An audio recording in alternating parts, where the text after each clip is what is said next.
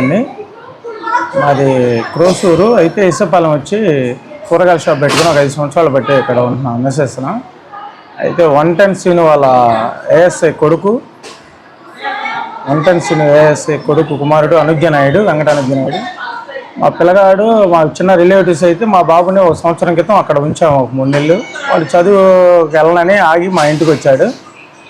అందుకు కొంత కారణాల వల్ల వాడికి సేవలు చేయటం ఇబ్బంది అవుతుందని పంపించంటే సరే వాడు నేను రానంటే పంపించలేదు.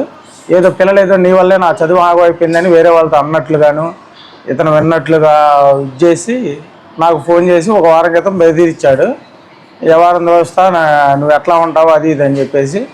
నువ్వు అప్పుడు ఒంగోలులో ఉన్నాడు. ఊళ్ళోకి వచ్చాక నీ ఏ వారం తెలుస్తారా అది ఇది అన్నాడు. మా మిస్సెస్ మా పిల్లలేమో ఊరికి వెళ్ళారు, యాత్రలు వెళ్ళారు. రాత్రి నేను ఒక్కడనే ఉంటాను చూసి మధ్యాహ్నం 1 గంటకు వచ్చి ఆ రాడ్డుతో మొత్తం ఇతను అనుజ్ఞనాయుడు వాళ్ళ మిస్సెస్ ఇందు పోతే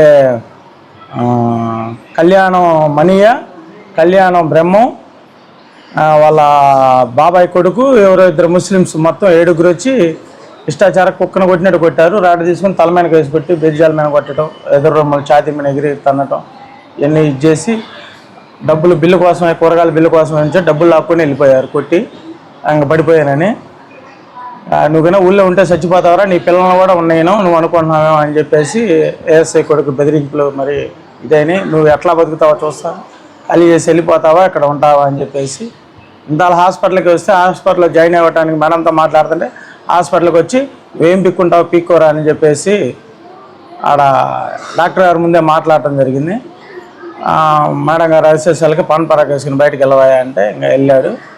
ఏం పెట్టుకుంటావు, ఏం చేయగలుగుతావు చేసుకుని, నువ్వు మాత్రం నేను నీ కొడుకుని నిన్ను మాత్రం వదిలిపెట్టను, ఊరు వదిలిపెట్టి వెళ్ళిపోరా అని చెప్పేసి అటెండ్ మాట ఇంతాలు వచ్చి ఎఫ్ఐఆర్ చేసుకుని వెళ్ళిపోయారు. అలాగ వచ్చేసరికి 3 కుట్లు పడ్డాయి. నిన్ను మాత్రం చంపేస్తానని చెప్పేసి బెదిరిస్తాడు. మాకు మాత్రం ప్రాణహాని ఉందండి, కొంచెం మీరు దయించి కొంచెం పట్టించుకోవాల్సిందిగా కూర్చున్నాం. ప్రభుత్వం ఎఫ్ఐఆర్ పెట్టామండి, ఎఫ్ఐఆర్ కేసు రాసాము. వచ్చారు పోలీసులు, వచ్చి కేసు నమోదు చేసుకుని వెళ్ళారు. ఇదే పరిస్థితి. నువ్వు కనుక ఊళ్ళో ఎట్లా ఉంటావు, ఊళ్ళో కనుక ఉంటే మాత్రం చంపేస్తాను, కనీసం హాస్పిటల్లో ఉంటే తల కుట్లేస్తుంటే అక్కడ కూడా వచ్చాడు. ఏం పిక్కుంటావు పిక్కో అని. ఏఎస్ఐ కుమారుడు ఆగడాలు ఎక్కువని మొన్న గత 3 నెలల క్రితం కూడా ఇట్లా జరిగే 5 యాక్సిడెంట్ అయి చనిపోవడం జరిగింది. అంతకుముందు 6 నెలల క్రితం ఏమో ఒక 50 లక్షల కుంభకోణం జరిగింది. ఇవన్నీ జరుగుతూనే ఉన్నా అతను మాత్రం అతను ఆగడాలు తట్టుకోలేకపోతున్నాము. అతను బెదిరింపు కాస్త ఎక్కువైతే ఫోన్ చేయటం, నువ్వు ఎట్లా ఉంటావు ఎట్లా జీవిస్తావు, నా వ్యవహారం ఏంది, నా సర్కిల్ ఏందిరా, నాకు ₹1 కోటి కాదు ఇంకో ₹1 కోటి పెడతాను అది ఇది అని చెప్పేసి బెదిరింపులు ఎక్కువైనాయి. అతను టార్చర్ కొంచెం పట్టించుకోవాల్సిందిగా కూర్చున్నాం. మేము ఇబ్బంది పడకుండా. మా పిల్లలు చదువుల్లో ఉన్నారు. ఇక్కడ 5 ఏళ్ళు అయింది కూరగాయల షాప్ పెట్టి. మా జీవనోపాధి కోసం మేము మా పని చేసుకున్నాం.